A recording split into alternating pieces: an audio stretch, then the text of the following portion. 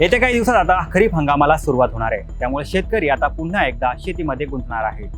यासोबतच शेतकऱ्याला पीक विमा किंवा पीक कर्ज काढण्यासाठी सातबाऱ्याची गरज भासते। तर आजच्या व्हिडिओतून आपण ऑनलाईन पद्धतीने घर बसल्या सातबारा कसा मिळवायचा याचीच माहिती जाणून घेणार आहोत। नमस्कार, मी सलमान शेख आणि आपण पाहताय कामाची गोष्ट क्रमांक 8 एबीपी माझावर। सर्वात आधी तुम्हाला गुगल वरती डिजिटल सातबारा असं टाईप करायचं आहे। त्यानंतर तुमच्या समोर महाराष्ट्र सरकारची महाभूमिलेख ही वेबसाईट आली असेल।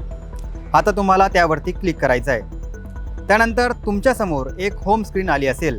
जर तुम्ही या वेबसाईटवरती आधीच लॉग इन केले असेल तर तुम्हाला लॉग इन ID आणि पासवर्ड टाकून लॉग इन करून घ्यायचं आहे। आणि जर तुम्ही पहिल्यांदा सातबारा काढत असाल तर तुम्हाला खाली नवीन नोंदणी म्हणजेच रजिस्ट्रेशन करून घ्यायचं आहे। त्यासाठी तुम्हाला न्यू रजिस्ट्रेशन यावर क्लिक करायचं आहे। आता तुमच्या समोर एक फॉर्म आला असेल, तो फॉर्म तुम्हाला भरायचा आहे। डिजिटल सातबारा काढण्यासाठी तुम्हाला महाराष्ट्र सरकारला 15 रुपये पे करावे लागतील। त्यासाठी तुम्हाला तुमचं अकाउंट रिचार्ज करायचं आहे। खाली असलेल्या रिचार्ज या ऑप्शनवरती क्लिक करा। त्यानंतर तुम्ही तुमच्या खात्यावर 15 रुपयापासून ते 1000 रुपयापर्यंत रक्कम जमा करू शकता।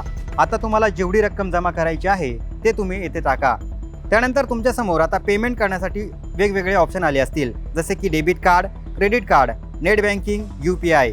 आता प्रत्येकजण हा मोबाईलमध्ये UPI वापरतो, म्हणून आपण UPI द्वारे पेमेंट करूयात। यानंतर जर तुमच्याकडे UPI ID असेल तर ते टाका, किंवा QR कोड स्कॅन करून देखील तुम्ही पेमेंट करू शकता। पेमेंट झाल्यानंतर तुमच्या स्क्रीनवर पेमेंट सक्सेसफुल असं आलं असेल।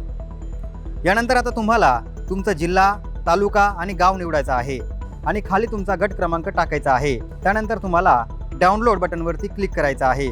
त्यानंतर तुम्हाला वरती एक नोटिफिकेशन पाठवण्यात येईल।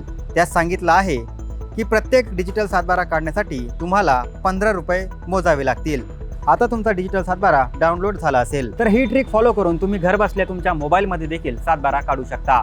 व्हिडिओ आवडला असेल तर जास्तीत जास्त लोकांपर्यंत शेअर करा आणि प्रत्येक अपडेटसाठी पाहत राहा एबीपी माझा। एबीपी माझा, उघडा डोळे बघा नीट।